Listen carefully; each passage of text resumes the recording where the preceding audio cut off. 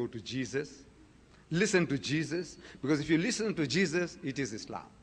That is Islam. Whatever he tells you is Islam. Only thing is that he didn't have the opportunity of explaining to you what is implied by you must not even look upon a woman to lust. You didn't know what it really means. So Islam tells you that, you see, it means something more than what you're reading. Not only not looking to lust, because he said, look, I'm looking, admiring God's creation. Look at the shapely form. 36, 24, 36. What a beautiful size, proportion. I'm only admiring his creation. Are you? You're not lusting? We are. We are. Islam says, the Quran says, when you see a woman, cast down your looks. You don't develop that picture. You are developing the picture and getting into a mess. Reason? Because Jesus didn't have time to explain to you. At every step, everything that I show you, I said, look, you, the good Christian, you are actually following Muhammad. Though you are giving credit to Christ, the credit comes to Muhammad. You say, don't drink. Brother Swagat says he never touched it. No beer, no alcohol of any kind, all his life he never touched it. I said, look, you're a good Muslim. You're following the teaching of Islam. If you followed your master, he turned water into wine and they had a jolly good time, as the other Christians say. He said Jesus was no killjoy. He was no killjoy. So you see now, a woman, you come across a lady who has been divorced for no fault of her own. She married her glamour boy. Had got a dozen children. The guy was a drunkard, an alcoholic. He beat the wife. He couldn't keep a job, starving the children. So she goes before a kindly magistrate. He said, look at this. Look at my condition. What this man is doing to me. I want my freedom. And she gets her freedom. Divorce.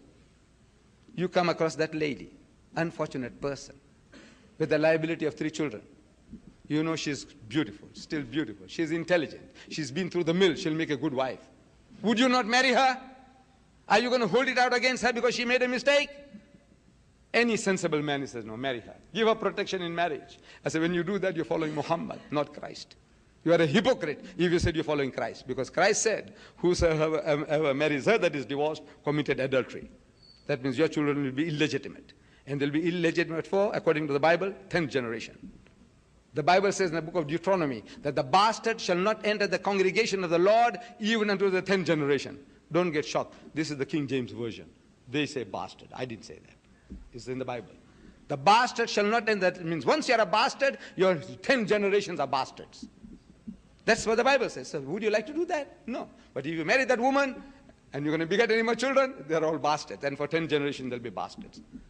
But you say, no. No, this woman, how can I hold it out against her? She made a mistake, right? In compassion, love, fairness, justice, you give her protection in marriage. You don't want to, then it happens what's happening. New York has got 1 million more women than men. They can't get husbands. Your country, 7.8 million more women than men. They can't get husbands. If every man in America gets married, there'll be still 7.8 million women who can't get husbands. In New York, 1/3 of your manpower is gay, sodomites. Your prison population, 98% of your prison population is men. Then man gets cold feet for 100 different reasons. You know, you got 20 million more women on your hands for whom you have to find husbands. Do you know that? You have no answers. No answers. Salvation, what salvation are you talking about? Talk to them. There's 20 million hungry women. Talk to them. Their salvation. Those 1 million in New York, their salvation. Tell them, sublimate their passions. That's what you're doing. Are you? Sublimating your passions. 1 million women can't get husbands. And the manpower that is around them, 1/3 are gays, sodomites. We would like to entertain the written questions. Please, dear brother, may Allah bless you many times. How should I act with my mother, with my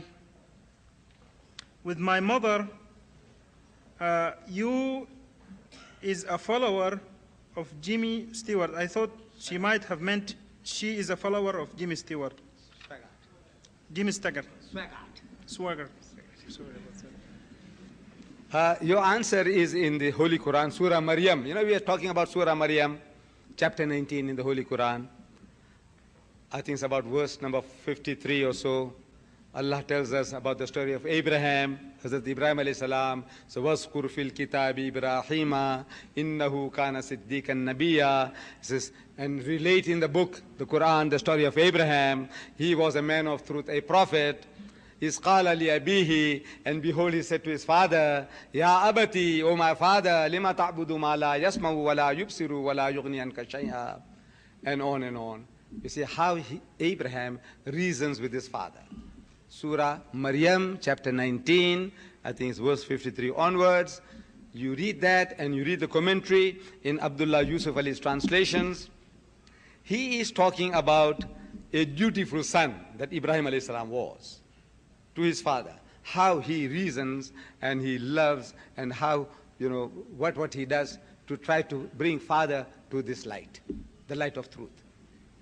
He's giving us 4 different conditions of lines of approach. And if you follow that line of approach, inshallah, you'll have all the success. All the success.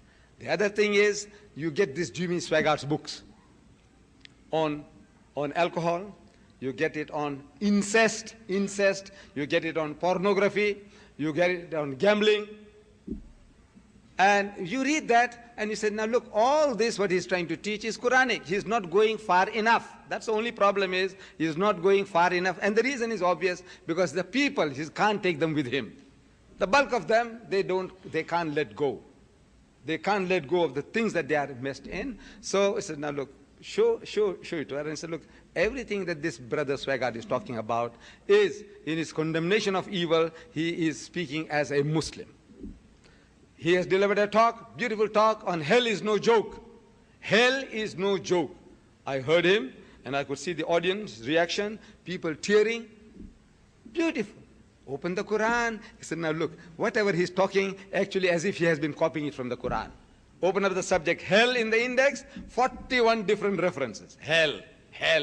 Allah is telling you, hell is no joke. Hell is no joke. It's a serious matter. So you'll be burnt and burnt and burnt, and his skin will be renewed. So it's not finished, because once you are burnt, the skin becomes insensitive. So no, new skin and burnt again, and you'll come to the verge of death and you will not die.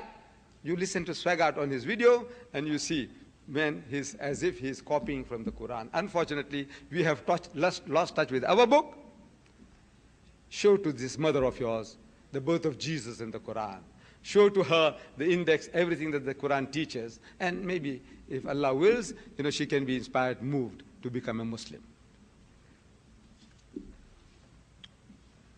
The question says, regardless of the changes in the Bible, do you suggest that Muslims read the Bible? Isn't there some good to be learned from the Bible as well? There's good in everything.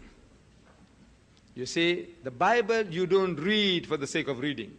No Christian does that. No Christian knows the whole Bible. No Christian. I have come across a Christian who knows his Bible. At the moment I say, as much as I know, his book.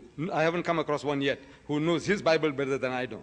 But generally the Christians don't know. They only specialize on certain verses and phrases. Like, I and my Father are one. He that has seen me has seen the Father. No man cometh unto the Father but by me. And there you are. The whole religion is revolving around that. He doesn't know. He doesn't know. So, reading the Bible would mean that you read it with the idea that how can you approach and draw the other person towards yourself. To say, look, brother, this is very good. I quoted from the book of Ezekiel, which is exactly the teaching of Islam. That what you do, what you sow, you reap. That is Islam. And that sin is not inherited.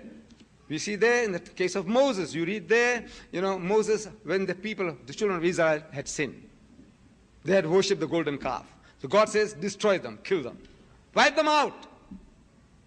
So Moses goes and pleads with God. He says, oh my Lord, he said, these are my people. You feed for your people. Now mind they have done wrong. They are my people. You want to destroy them? He said, look, if you want to destroy them, he says, blot me out of thy book. Forget me. Just throw me out. You don't recognize me anymore. He said, forgive these people. The request is, forgive these people or blot me out.